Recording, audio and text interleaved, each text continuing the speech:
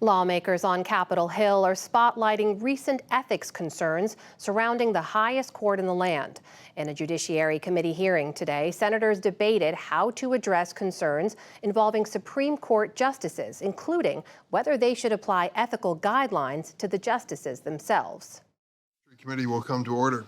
Today's hearing focused on the Supreme Court and ethics, unfolding largely along partisan lines, with Democrats arguing the court has failed to uphold its own code of conduct. Until there is an honest ethics process at the Supreme Court, these messes will continue. The court has conclusively proven that it cannot police itself.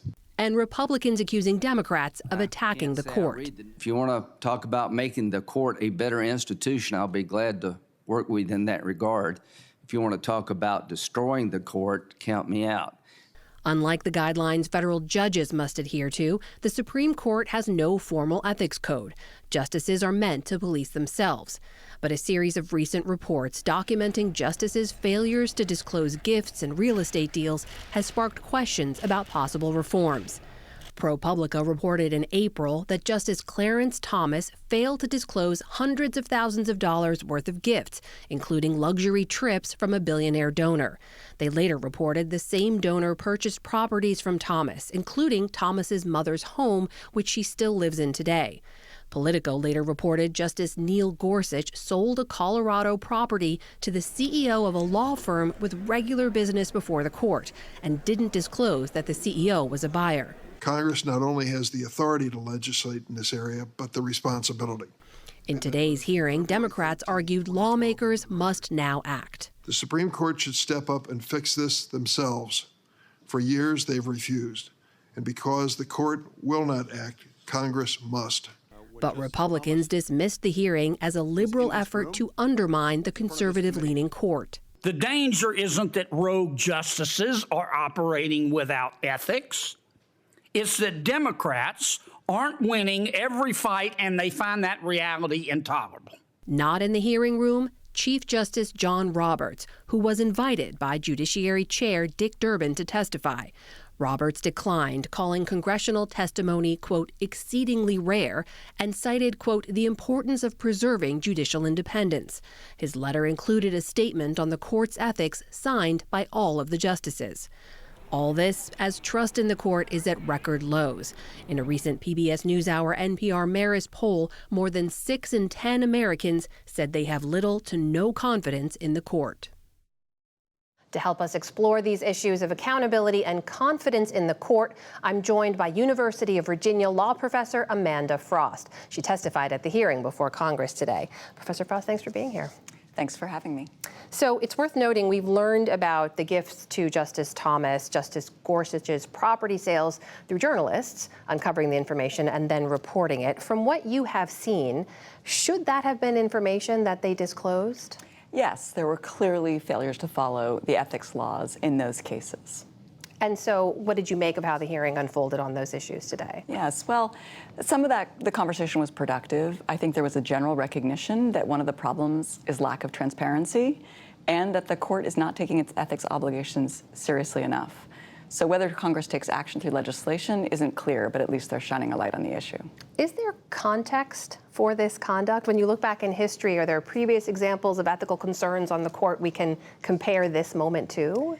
Yeah, there are a few. I mean, most notably, Justice Abe Fortas, way back in the 1960s, took a $20,000 payment from a former client, and that ended leading to his resignation, actually. The public pressure led to that.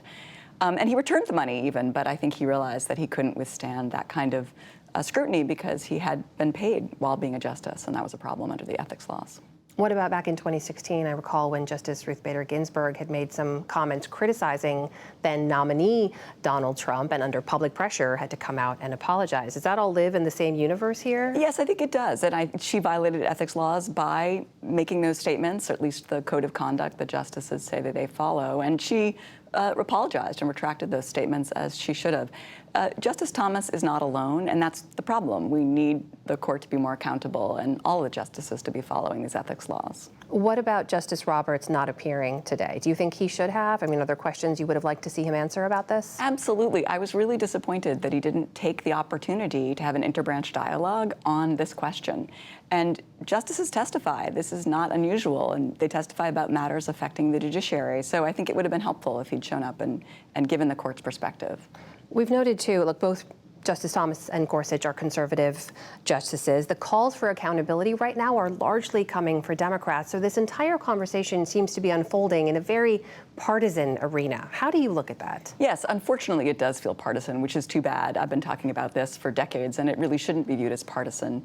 I think part of the problem is because the court is so lacking in transparency and because it's not making clear what it does to follow ethics laws, the only way we hear about these stories is through occasional investigative reporting. If the court itself was more transparent, I think it would prevent some of these partisan issues from arising in this Democrat and Republican type split. So what does that transparency look like? What is the remedy here? Specific to these examples, too, with Justice Gorsuch and Thomas, what do you believe should happen? Well, I wish the court on its own would adopt a code of conduct. Right now, it's the only court in the federal judiciary that does not follow a code of conduct or have one that's binding on it. And so I wish the court would on its own do that. If not, Congress could compel them to do so through legislation. And hopefully they would then quickly respond. And so I'm hopeful that that might be what happens in the near future. Do you see that happening in this congressional body?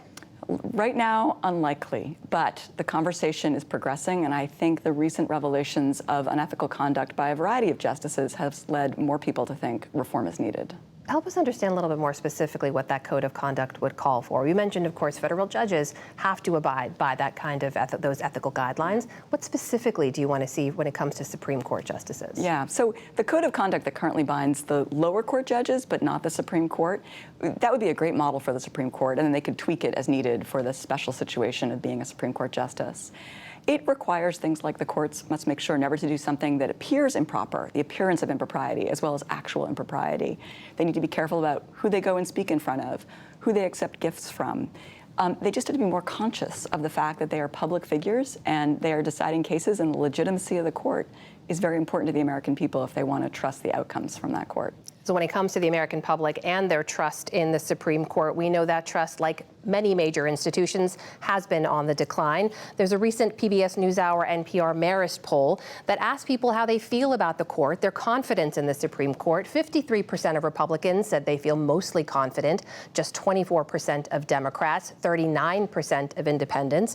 And when Justice Alito was asked about that, he answered, quote, "Well, yeah, what do you expect when you're day in and day out? They're illegitimate. They're engaging in all sorts of unethical conduct. They're doing this. They're doing that." Professor Frost, is criticism of the court contributing to their credibility problem? So I think there's many reasons why the court is losing some of the public support and trust that it's had in the past, not just these ethical problems. But I feel like these ethical problems are a self-inflicted wound.